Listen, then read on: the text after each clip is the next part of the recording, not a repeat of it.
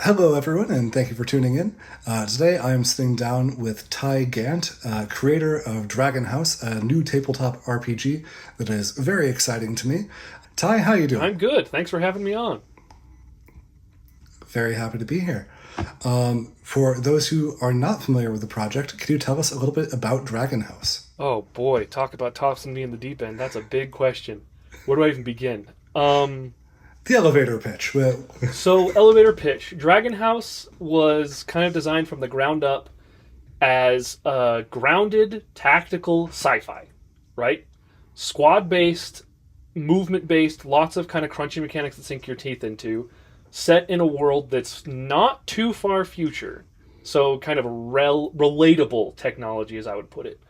To give it the summary that my playtest groups have been giving it, um, the players have claimed that if Iron Man and Master Chief from Halo had a baby, that's a Dragon House character.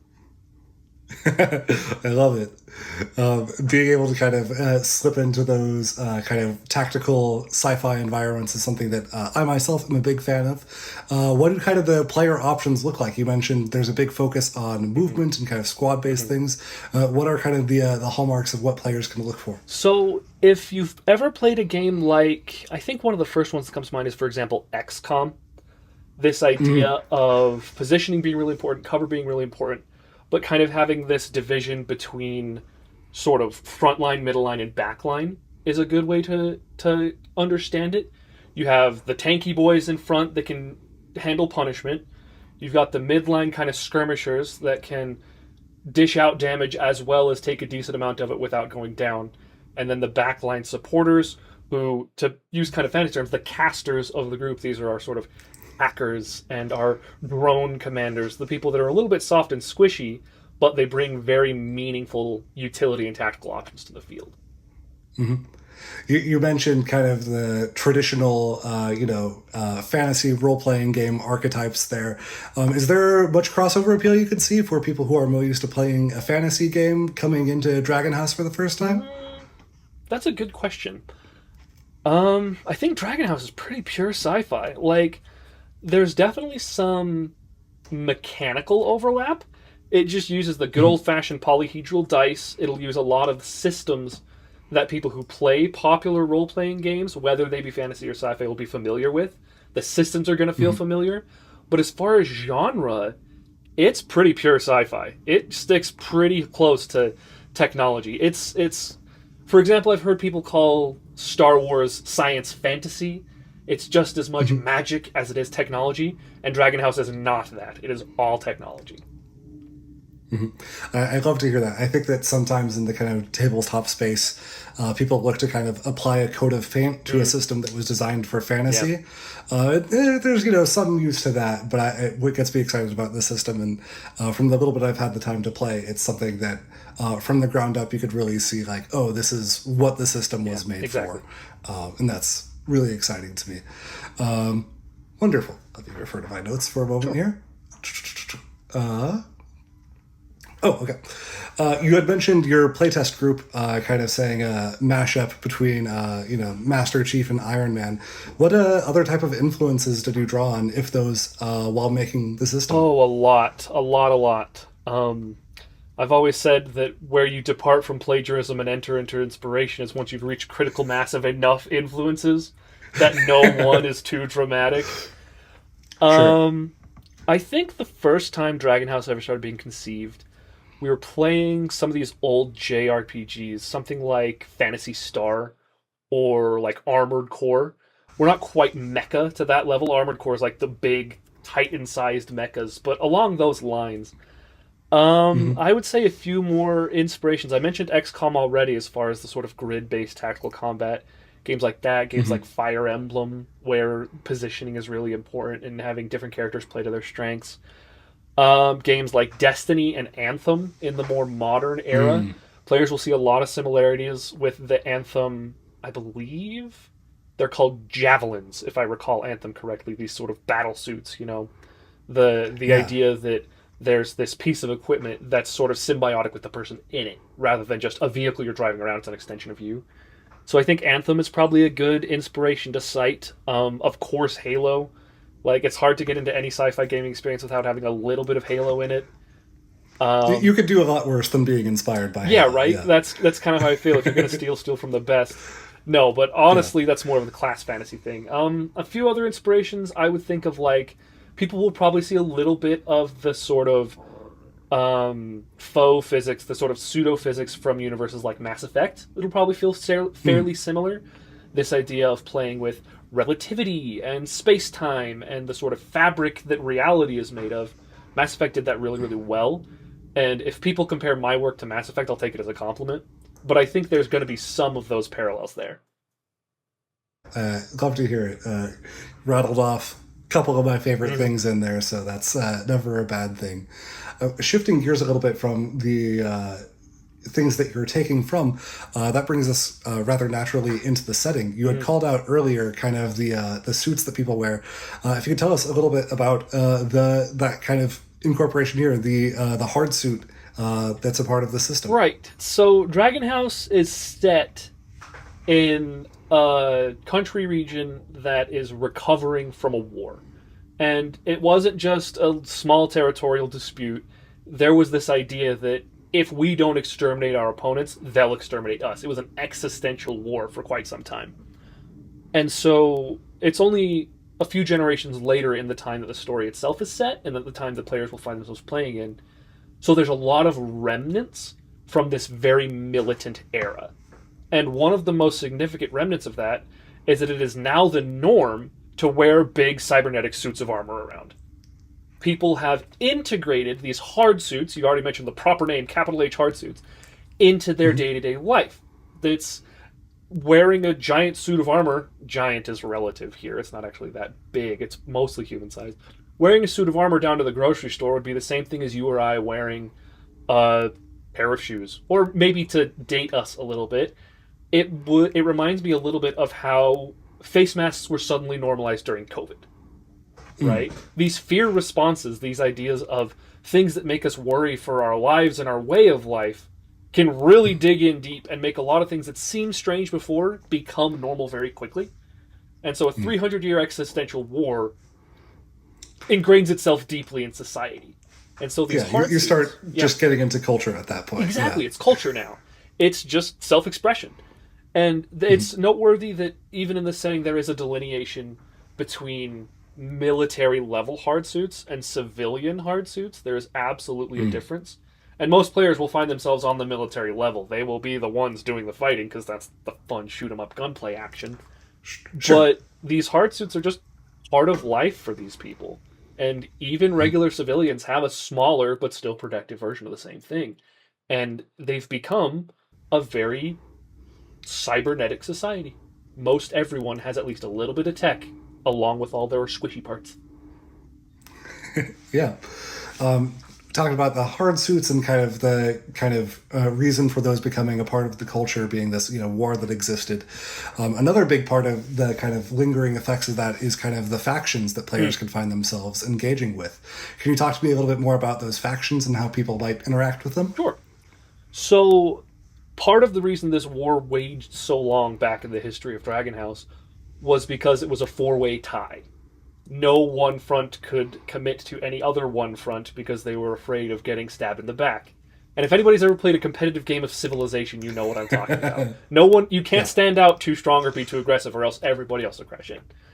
So the four factions as they stand, you could describe them as strong, quick, smart, and sneaky. And they are connected narratively with the gameplay. So the players choose to align with one of these four factions. And they're at peace now, so we can all cooperate, but you can see the remnants of their wartime identities coming through in the way that they play. So the strong faction is the Stahl. It's a German-inspired name there, and a lot of Germanic and Northern European naming conventions here. There's a reason for that. But the Stahl are sort of the big heavies of the setting. They are the faction, their signature hardware is shield generators. Again, going back to that Halo inspiration, these suits of armor with onboard shields that cover them. Players will find themselves very, very ready to take damage and not actually suffer from it if you're playing a Stahl character. As for the smart, we've got the Irun. They're sort of our sneaky, subversive hackers. They're the ones that choose not to take a direct fight. They will absolutely just sort of hack into your base's turrets and have them do the dirty work for them. They're going to be, to again relate sort of the fantasy gameplay experience, the Arun are going to be as close to a caster, to a mage archetype in Dragon House as you're going to get. The Quick, we have our Paladine troopers, and their signature hardware is a jetpack. They can fly around battlefields, they can hover for altitude advantages, and they have, by leaps and bounds, more movement options available to them than other classes. And then finally, our Sneaky. Leaps and bounds, pun intended? Yes. Or... In fact, I think I might have misspoken there. I don't think I'm technically supposed to call them jetpacks, because they're not jets. They don't function with jets. It's anti-gravity technology, so I should probably call them jump packs to stay consistent with my own lore. There you go. Finally, we have the Azer brand, and they are our Sneaky. So their unique thing is that rather than dedicate themselves solely to hardware and cybernetic modifications, they've advanced the science of biology, and they do much of their work with genetic modifications, with biological wetware, rather than just the steel and wires of the other factions. And this renders them harder to detect than the other factions. You can't scan for a EM signature if the person you're scanning for doesn't emit one. And so they can get away with being very stealthy in this world of high technology. And so each of those 4 factions has 2 subclasses within them that players can choose from. And they all, within the faction, they share a unique thing, such as shield generators for the stall. But each class also has their own dedicated class mechanic that affects how the class plays. Gotcha. I hearing those ideas gets me excited for playing. Just like, oh, I've got to make my sneaky guy. It's a good time. It's a good time. You mentioned something earlier. This is, a world shaped by war, but very much in a time of peace. And in the player's guide, it even goes so far to use the word utopian in some sense. But that is very much not to say that this world is without threat. If you could tell me a little bit more about the threats that the party could expect to face, and what dangers are out there. I think I could probably more accurately describe the setting as approaching utopian, getting there via growing pains. Yeah. There's the remnants of the war have left a significant amount of danger still, even within the country's borders. There are these areas called reclamation zones, places where automated threats from the war continue to operate. And so if an Irun character happens to wander into a stall reclamation zone, all of the cybernetic and automated war machines left behind from the war would recognize that character as a threat. And so there might be valuable technology or some kind of significant history or assets, military assets still contained within that zone that is essentially a bombed out ruin of civilization, but it could still be crawling with automated combat units, 300 years rusted past IFF functionality, that any character that wanders in is suddenly going to have themselves facing an automated war machine. But the immune system is still intact. The white blood cells of the war are still running on high. Now, those are internal. There are also some external threats that are probably a little bit, how would I describe it? A little more natural, a little bit more along the lines of a wild animal brushing up against the frontier. The country of Sil, the setting, it's called Sil, S-I-L. Sil is set in a somewhat claustrophobic little plateau, and the seas around this plateau are electrically charged. And part of the very alien sci-fi nature of Dragon House, this is where it really gets out there, is that these electrically charged seas are full of sentient, living electricity. And it can manifest in individual forms called ionoforms. It's called the Ion Sea, literally charged with electricity. And so these are essentially ghosts in the machine. Imagine a sentient virus, a living piece of software that can infiltrate your machinery. And again, in a world this cybernetic, people are machinery. You and I would have hardware in our bodies, and that's where the horror of these things come from, this ability to interact and interfere with not only the hard suit, but the cybernetics within the person. And so to the south of Syl, we have these wandering lightning bolts that are out to get us, that are also ghosts that want to possess our bodies. On the other hand, on the north, we have, and this is supposed to evoke kind of a dichotomy, right? You have Syl that is pure technology. You have the ionoforms that are manipulating that technology. To the north is a scientific mystery, a sort of anomaly that the scientists of Syl have yet to elaborate on and yet to understand. It's a wasteland with almost no life because it's occupied by these creatures that Syl has only seen fit to call abominations. These flesh monsters that consume any organic matter that they come across to grow their own bodies. And again, I used the word before, it does get a little bit body horror if you want it to. You don't have to, it's not a fundamentally horror game, but it could be if it wanted to be. These large sort of flesh golems that mutate and incorporate new biomass whenever they get the opportunity, change forms, adapt, evolve. And so these are some of the external threats that players can expect to face in Dragon House. I love it. The spectrum of existential dread is always great to see, and I like kind of what you said. That it's not a utopian setting, but it's approaching it. It's very almost like Gene Roddenberry. The conflict comes from dealing with the outside. Yeah, I love it. I want to be able to sit down and maybe do some character creation with you another day if we have some time. But for right now, I'd love to hear a little bit more about kind of your experience. This is not your first time designing a tabletop system by any stretch of the imagination, but it's certainly one that you're pushing and really... It's quite impressive. The player's guide out right now is over 100 pages. If you could tell me a little bit about your experience in the design space and with tabletop as a whole, as a hobby. So, of course, like most tabletoppers, I started with Dungeons & Dragons. I started playing Dungeons & Dragons 3rd edition when I was in, middle school. I was, 11 years old when I first started D&D 3 and 3.5. And, of course, I fell in love with it immediately. I'm an enormous nerd. How can I not? I'm the target audience. How could you not?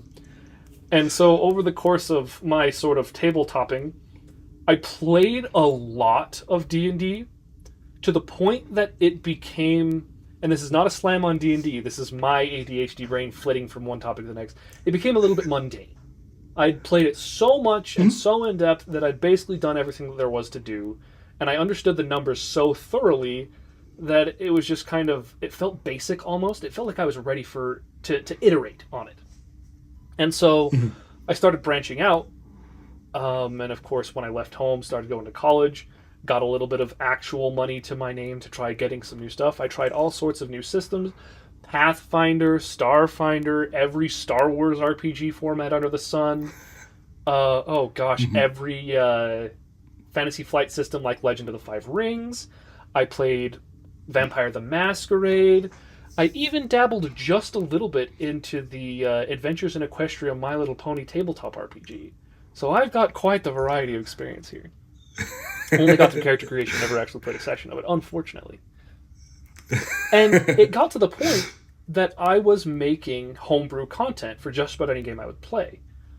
Anytime I had a party, and I GM'd quite a bit, that's the place I feel most comfortable, and I think that manifests in my game design interest too, is I like telling the story collaboratively with my players. But I found my players more and more often asking me, hey, will you custom build me this? Can I make a homebrew that? Will you build a custom subclass for me in Dungeons & Dragons? Or will you build me a custom skill table in Star Wars Edge of the Empire? And it just kind of evolved and evolved and evolved until eventually one of my buddies was like, and this was, freshman year of college, he was like, I really wish there was a Naruto tabletop RPG. And I was like, okay, It's an IP you like. I don't blame you. It'd probably be a cool experience. And he looks at me and he's like, you've played a lot of games. Do you think you could make a D&D module that is Naruto? And I was like, well, that'd probably be stretching what D&D is trying to do. Just all rogue campaign. I don't know. So I thought about it a little bit. And I said, I'll give it a try. Your birthday's coming up in 2 weeks. Let's see what I've got then. Maybe we can play a Naruto session of D&D as a birthday gift from me to you. And I hyperfixated, as I am wont to do. Anybody with an anxious executive function disorder knows what I mean. It was... I don't think this hobby exists without Nope. people who hyperfixate I will on hardly things. agree. So. And it was equal parts loving the subject matter and desperately trying not to study for my college exams. And I dove into it. And I created not only a D&D subset, it was no longer D&D, it didn't even roll a D20. I had character sheets, I had rules, I had created a Naruto tabletop RPG. And it didn't have any level progression or any kind of long-term thing, because we were going to play 2 sessions of it and never look at it again. That evolved, and again, my friends are weebs, and that's awesome, and I love them for it. One of my other buddies saw me do that with Naruto for the first guy, and he's like, hey, I'm on a big Persona kick, a big Shin Megami Tensei Persona kick. Can you do it with Persona? And I was like, okay, sure, why not? So I took a crack at that. It took me a month, and we had, and again, it's really easy because it's an existing IP with a lot of numbers already attached to it. It's really simple to kind of translate one-to-one. But I had a narrative, I had mechanics that married plot and play, I had all sorts of kind of interesting NPCs, all these different beats, and I just loved every minute of it. I loved making it. And when we sat down to play it, my friends were aghast. It was absolutely, it blew them away how quickly I'd done it. And their feedback, this is incredible, you should do more of this, was the springboard that made me want to actually make a game I could hang my hat on. Yeah, that brings me lovely into the next question here. Your efforts with Dragon House are absolutely next level. If you could tell me what made Dragon House the system that you wanted to put in that extra work for, to push hard to get the Patreon going for, what made this the system that you really wanted to go for? Well, that's actually a good question, because I have a couple of other systems that are close to what I have with Dragon House now. It's kind of hard to say what made me prioritize. It's like picking a favorite child, kind of. I think more than anything, it's because it was the truest sci-fi system, and that's what I find myself lacking. Like, there are 1,000 different versions of fantasy tabletops, and Dragon House is a niche within sci-fi that I have yet to find with another tabletop. Everything else I can think of that fits the same genre of Dragon House is missing something that I want. And to cite a few examples, like, I love Cyberpunk. Cyberpunk 2099 is one of my favorite games. And I've played the tabletop, I've played the video game like crazy, and it fits the same general time frame as Dragon House, and it has that same kind of dynamic feel to a developing world, but it's very punk. It's very almost, not nihilistic, not pessimistic, but yeah, a little bit pessimistic. A little bit, yeah. I wanted to make a system that felt like it was young enough and dynamic enough that my players could genuinely alter the course of history within this setting. With Cyberpunk, it's almost like the moral of the story is that wealth equals power, and the corpos already have all the wealth, so they have all the power. Certainly. And you're sort of railing against that. I didn't necessarily want I didn't want Dragon House to feel that way, like Cyberpunk, because I wanted to feel like the power was in the people's hands. Now let's see what they do with it.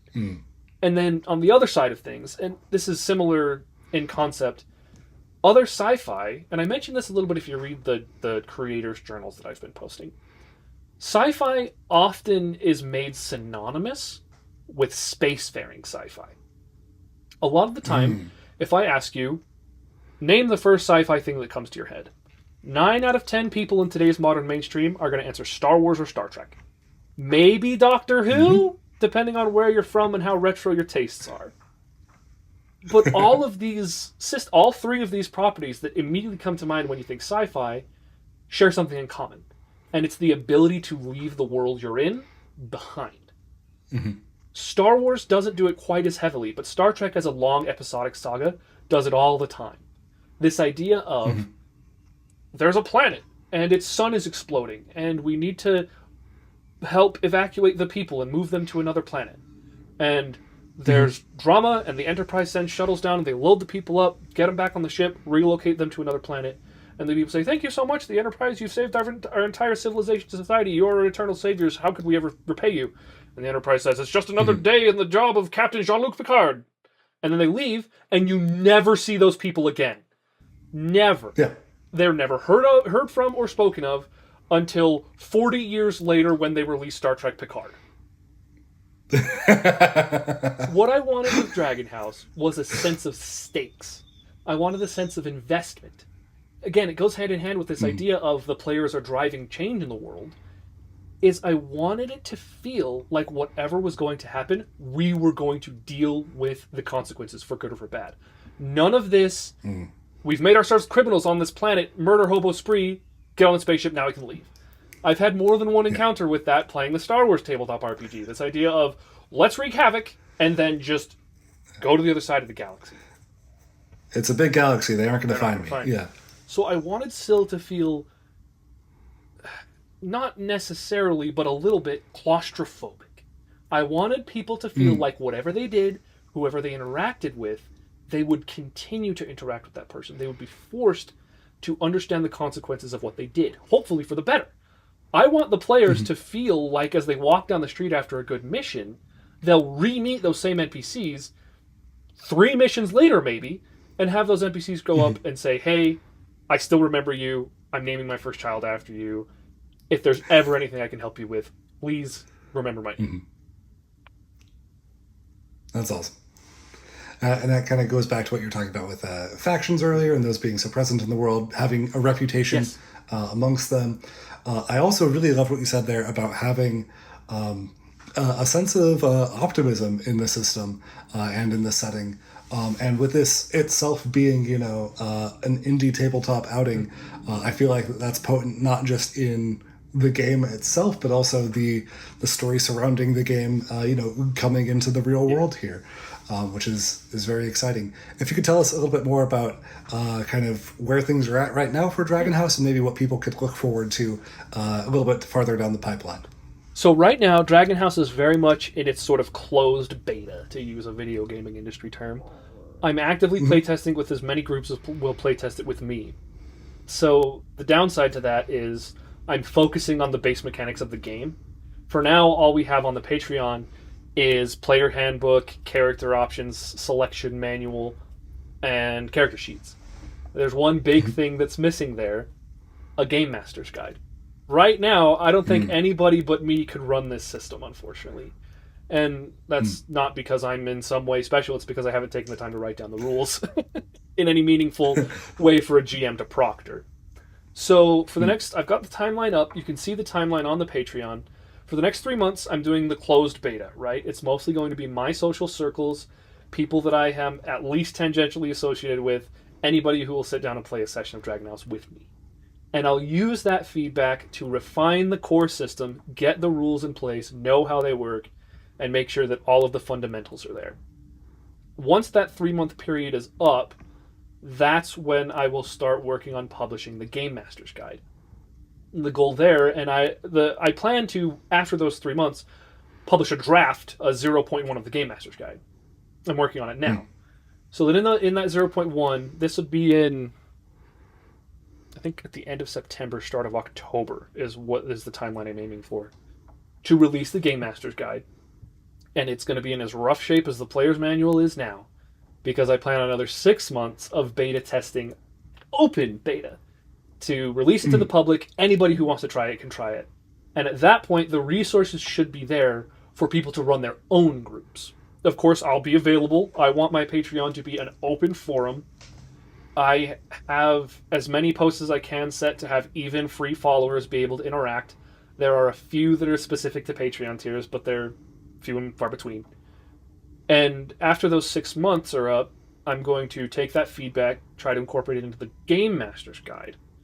And then at the start of next year will be when we publish the 1.0. That time where we make our final push to make everything in one digestible bundle, everything you need to play Dragon House without any interaction from me, the creator. Just go have fun at the beginning of 2027. That's awesome. Ty, I tremendously appreciate your time today. I was excited about this project when I sat down to talk with you. I'm even more excited about it now. One last question for you. Where can people follow Dragon House as it develops, and what can people do to support? Well, and you know this about me, I'm a journalist, so I have spent so much time watching social media and not partaking in it. So I am desperately lacking in Facebook, Twitter, Blue Sky, all these things. X, I guess it is now. At the moment, I am using my Patreon page as a hub. All the information hits Patreon first. That's patreon.com/Gantry Games. GANTRY GAMES. And that's, once you're there, I post twice a week, every week. Tuesdays are kind of development, lore guides, sort of fun, my perspectives trying to add to the world and bring my players into it. And then Fridays are the nuts and bolts updates. Those are when I release new editions of the book with more content. Every week you're going to have more content. You're going to have more character creation options, cleaner language, more consistent language within the rules and all of that. So once you're on the Patreon, and everything here is free. Like I say, there is some content that is specifically set aside for people willing to support, because I gotta thank them in the only way I can somehow, by giving them more game. But the fundamentals, the player's handbook, the GM's guide when it comes out, these are all going to be free. So if people just want to follow the content, tell their friends about it, patreon.com/Gantry Games. Awesome. Thank you so much for your time. Everyone, you heard him. Spread the word. It's something special. Once again, thank you so much for your time, Ty. Thank you, Brent.